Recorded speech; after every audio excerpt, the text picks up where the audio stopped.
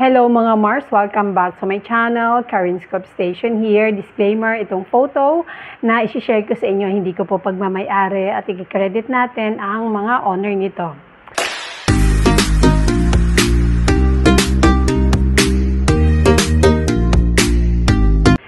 Nag-update si Maine Mendoza Atayde sa kanyang main content sa Instagram. Sabi niya sa update niya, almost 30, tapos may red heart. Decided to do a birthday shoot for the first time in my 10 years in showbiz. Lang, it feels right to mark the end of my 20s and the beginning of my 30s and my first decade in the industry too. Sharing some BTS with you with a heart. Tapos yun nga, sa baba, ipinost niya yung behind the scene ng kanyang photoshoot ng kanyang almost 30 na napakaganda.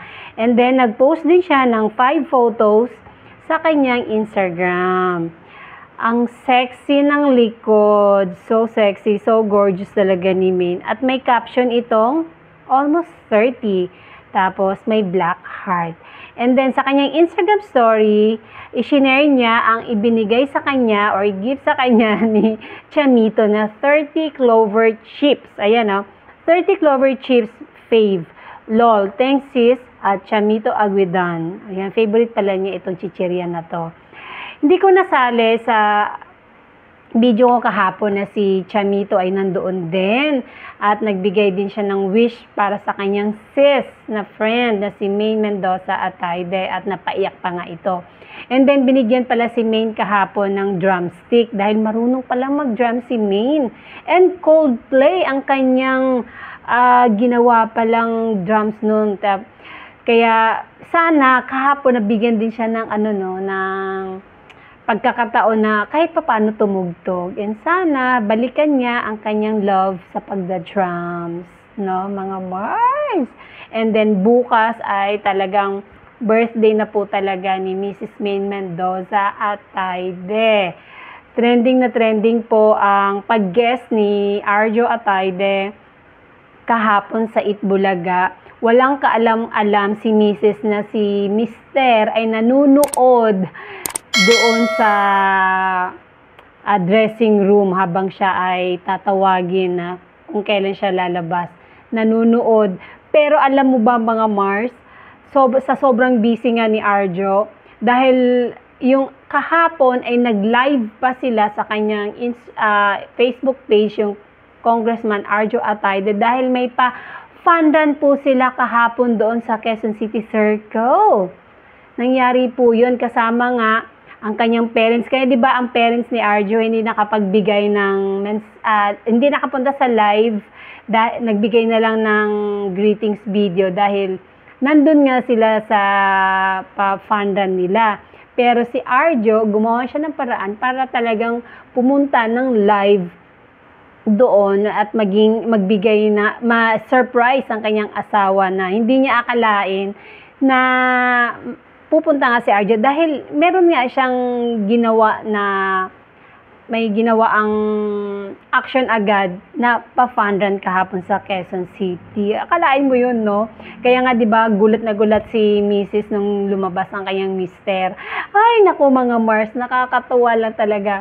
Dahil may nababasa akong mga comments sa Facebook. Ay nako, binigyan talaga nila ng kahulugan or issue yung paghalik sa noo ni Arjo kay Maine dahil bakit daw sa noo lang?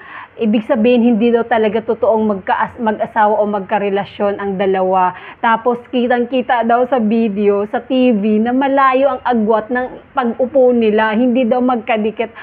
Naghanap talaga sila ng butas, mga Mars. Tawang-tawa ako sa mga comments. Makapagbigay lang ng bad comments, no? Talagang alam mo yung nang iinis talaga sila, kaya talagang hindi na lang natin sila papatulan dahil mga lookwing na sila mga Mars.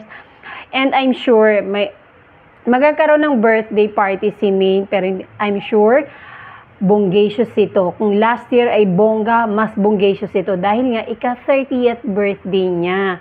Kaya nga, hopefully nga daw ay makapunta sina Wally and Jose dahil last year hindi nga sila nakapunta. And I'm sure, ewan ko lang kung, I'm not sure kung makakapag-travel abroad silang mag-asawa dahil busy nga ngayon, dahil paumpisa na nga ang pangangampanya. Pero siguro hindi natin alam. Who knows? Long knows. Di ba mga Mars? And parehong Mendoza and Atayde side ay talagang hinahanapan na po talaga sila ng apo, mga Mars, mga apo ang hinahanap na ng mga Atayde at Mendoza family. Yan talaga ang bunga, where is the baby? Pati ang kanyang ninong na si Vic Soto, kailan magkakaroon ng junior? Ang tatay ni May naghanap na rin ng mag-apo mula sa kanila. Naku po! Kaya nga naman ang sagot lang ni Maine, coming soon. And that's it mga Mars. Thank you for watching this video. Please like, comment, share, and subscribe. For more scoops, bye!